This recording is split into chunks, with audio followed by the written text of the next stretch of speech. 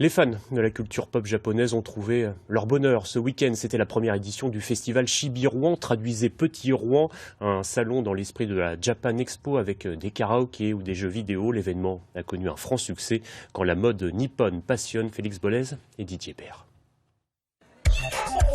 Les Rouennais au rendez-vous de la pop culture japonaise. Jeux vidéo, karaoké et manga ont investi la halle aux toiles. Un week-end 100% divertissement où il est bon ton d'incarner les héros nippons.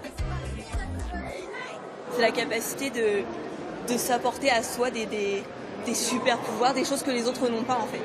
On s'évade. Et c'est pour ça d'ailleurs que le cosplay est passionnant à mes yeux. Ça permet de rentrer dans une autre dimension tout en restant, je dirais, ici avec tout le monde en fait.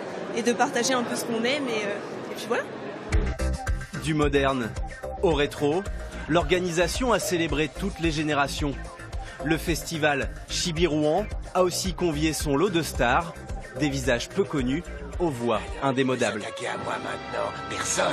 Oui, je vous comprends car jusqu'ici je me suis montré très gentil, mais ça ne va pas durer. J'ai une voix de friseur épouvantable et je ne vous conseille pas de rester longtemps ici, vous m'entendez? Viens, si tu veux m'appeler, viens me battre, tu vas avoir une mauvaise surprise. Bienvenue à la Chibi Rouen. Je suis vraiment stressé là en fait du coup parce que ils sont juste à côté et franchement c'est magique. Dragon Ball, emblème du succès en France des productions japonaises. On a commencé il y a 30 ans maintenant et on ne pensait pas à quel point ça allait devenir une série phénoménale.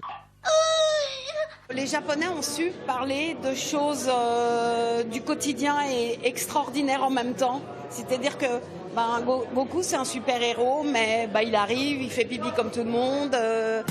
Plus de 1000 visiteurs ont joué le jeu. La première édition de Chibi Rouen a trouvé son public.